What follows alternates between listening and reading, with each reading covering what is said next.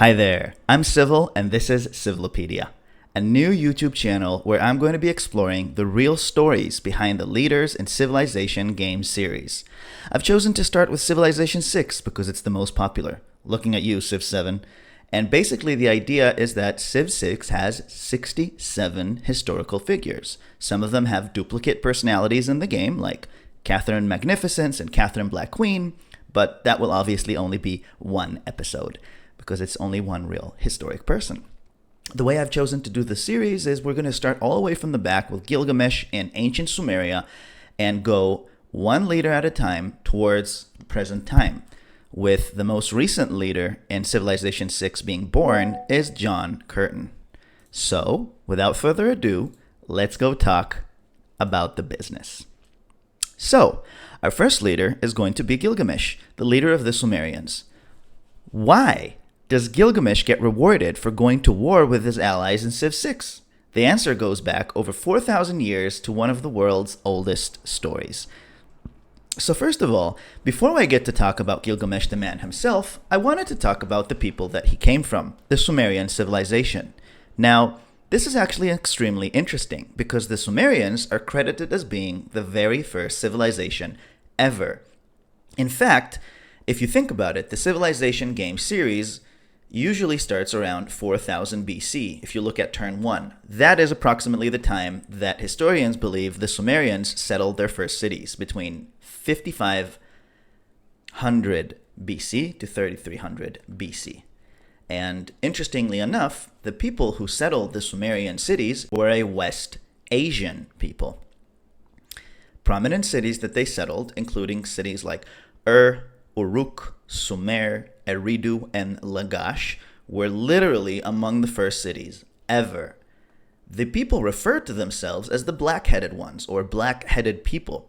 For example, we know there is a text by a Sumerian king called Shulgi, where he calls himself the king of the four quarters, the pastor of the black-headed people.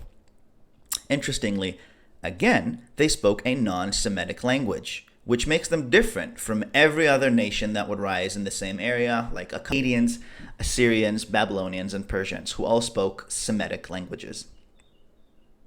On to the actual life that they lived. So, this being the first civilization ever, Sumerian farmers were actually the heroes, the superstars of this society. This is because they grew so much food using advanced techniques like irrigation canals, like using animals to help them till the land and dig the canals. They were able to make so much food that the population in the Sumerian area absolutely exploded. This allowed them to do stuff like make 9 different types of beer. Let me read this to you. I got this from Wikipedia. So the Sumerians are actually known to have made at least 9 different types of beer, including golden beer, dark beer, sweet dark beer, red beer, and strained beer, with varying alcoholic strengths. They even had different ways to define their beer on how alcoholic it is. So, ancient civilization, they seem to know how to live. They were living between the two iconic rivers called the Tigris and the Euphrates, an area which was later called by the Hebrew Bible the Garden of Eden. So take what you will out of that. The guys were certainly living it up. They had 2 incredible rivers. They were doing irrigation. They were having a great time.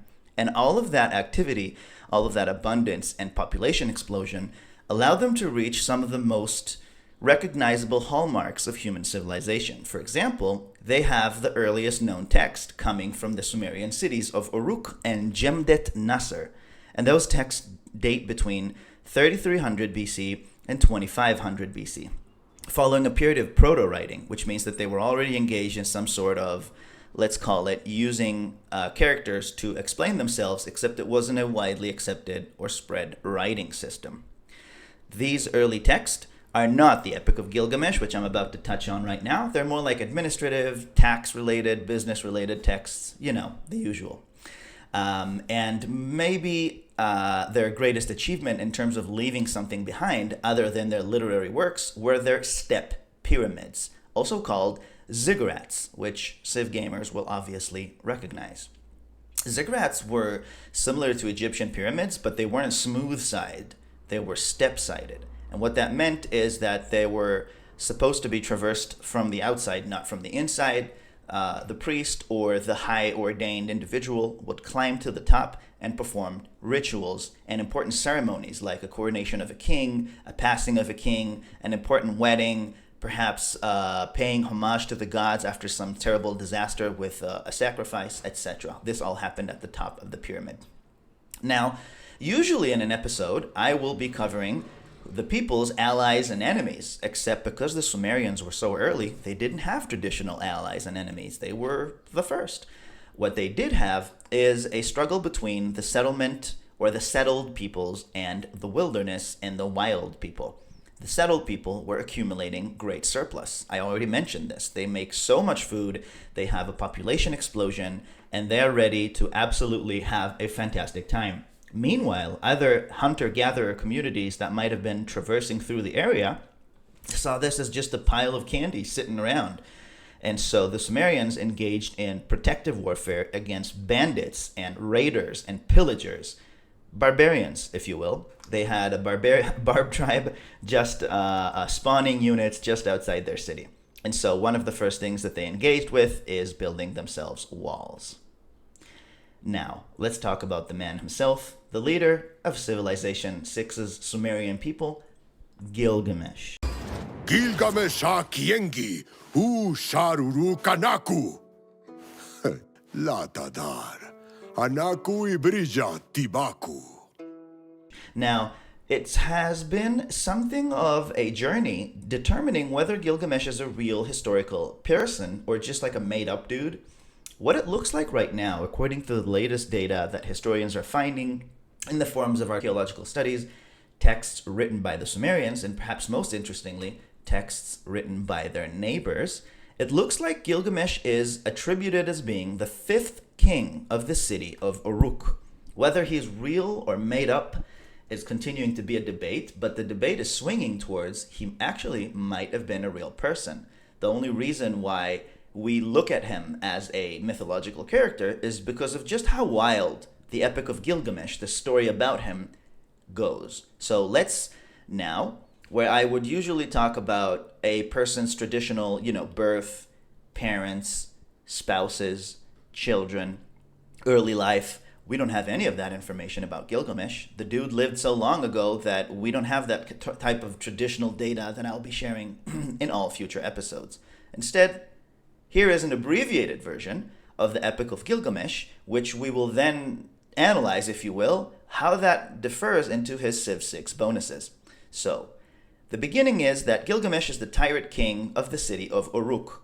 He's 2/3 god, 1/3 human, which makes him, first of all, feel a little bit lonely, and second of all, he's kind of mean to his citizens. He does forced labor upon them, building things like ziggurats and walls, and he also claims brides before their husbands. You're about to get married to a lady, he's going to want to consummate your marriage before you do, if you know what I mean.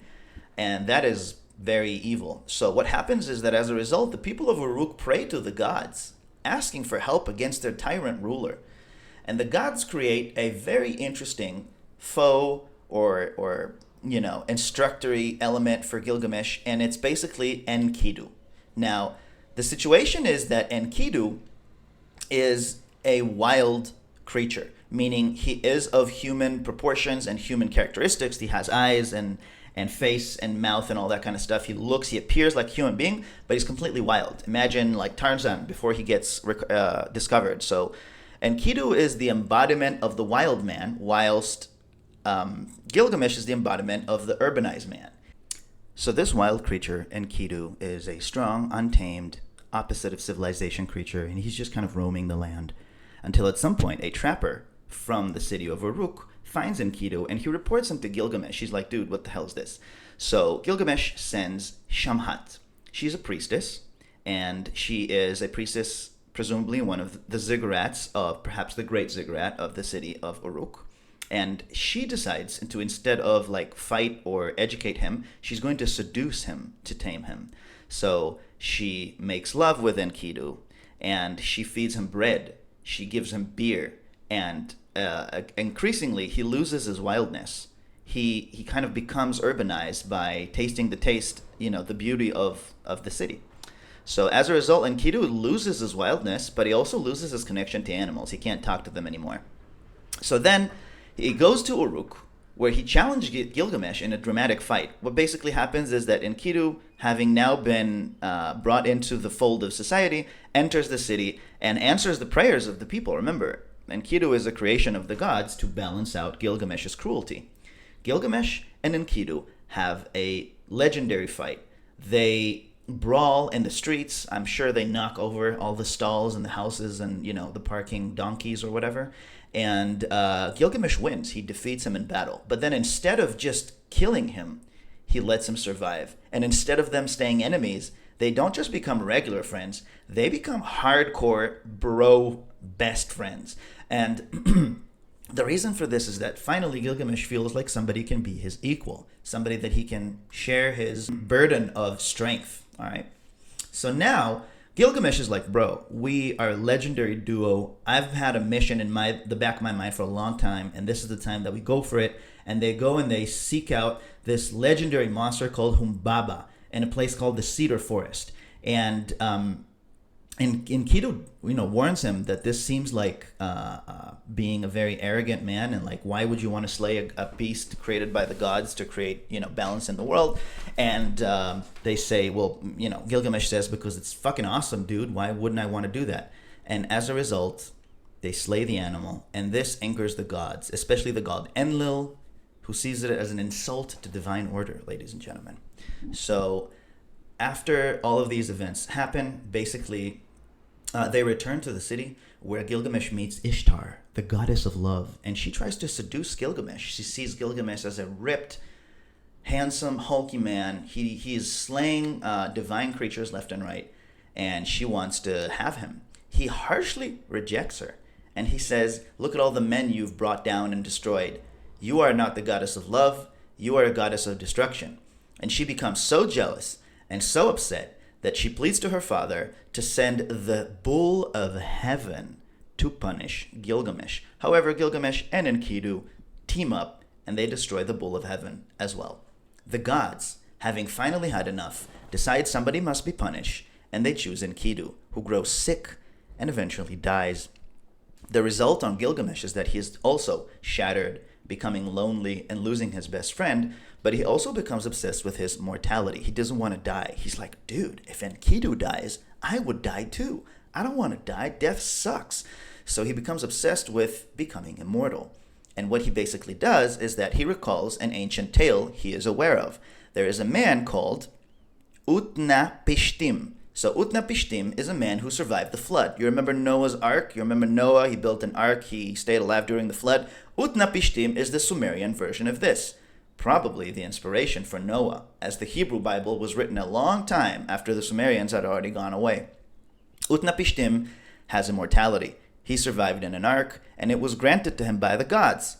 And basically he tells Gilgamesh, dude, don't try to be immortal. That's just for the gods. You're messing in the wrong in the wrong area. And Gilgamesh says, I don't care, dude. I didn't come here seeking for life advice. I just want the recipe for immortality. Tell me how to do it. So he says there's a plant at the bottom of the river. You got to go to the bottom of the river. You got to get the plant. Then you got to do something with the plant. And then you're going to be immortal. Gilgamesh is super happy. He goes, he finds the river. And essentially, the moment that he has it, a snake snatches the plant from Gilgamesh, consumes it, and sheds his skin. This is a symbol for how animals have renewal, and the snake sheds his skin. He goes back to being young.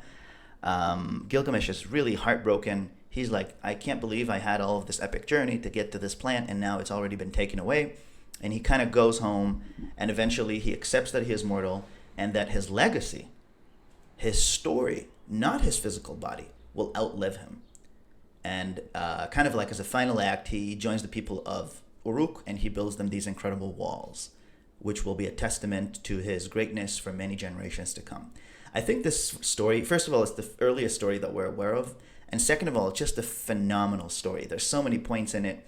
Best friends, frenemies, feeling lonely because you're too powerful, being cruel to your own people and subjecting them to labor.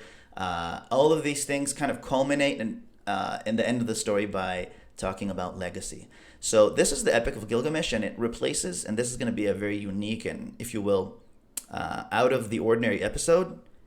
It's the first one, but the next ones will be more like, this is a guy, he lived, he did this and that. Gilgamesh, we don't know anything like that. We just know the poem.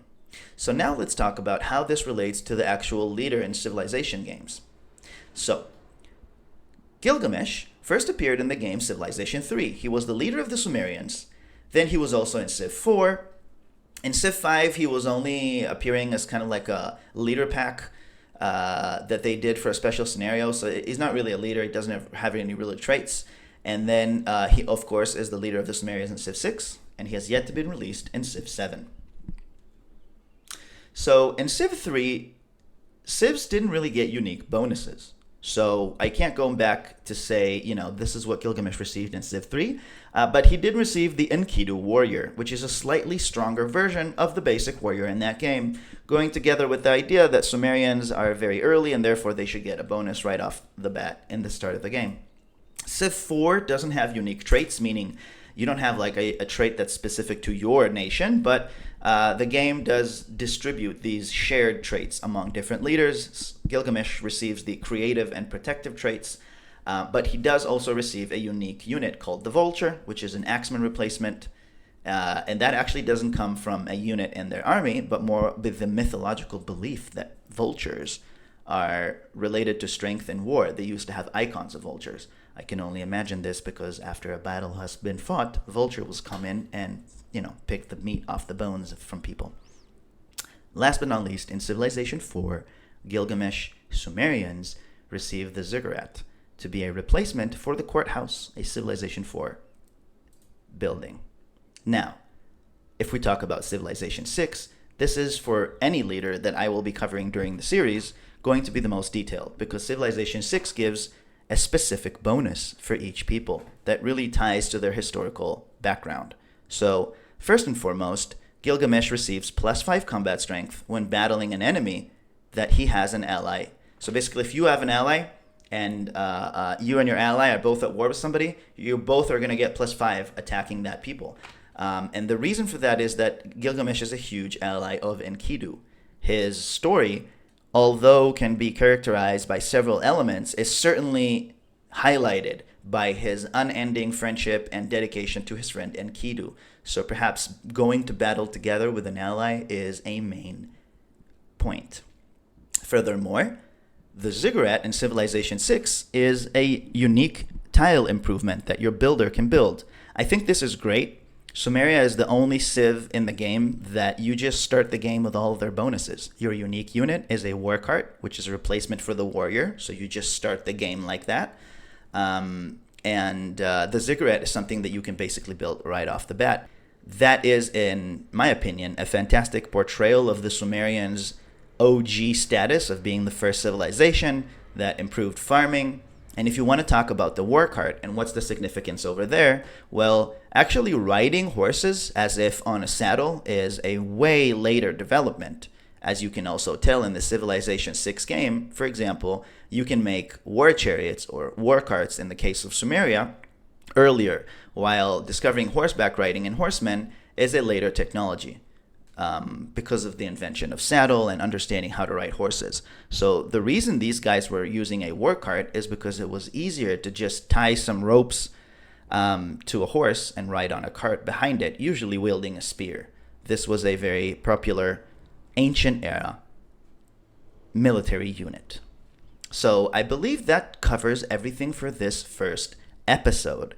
Please like and subscribe and comment to me what you think or what the relationship you see between Gilgamesh, the Sumerian people, and their advantages in Civilization 6. And the next video is going to be the next leader from the Civilization 6 roster is going to be Hammurabi, born in approximately 1792 BC. So stay tuned for that, and I'll catch you soon.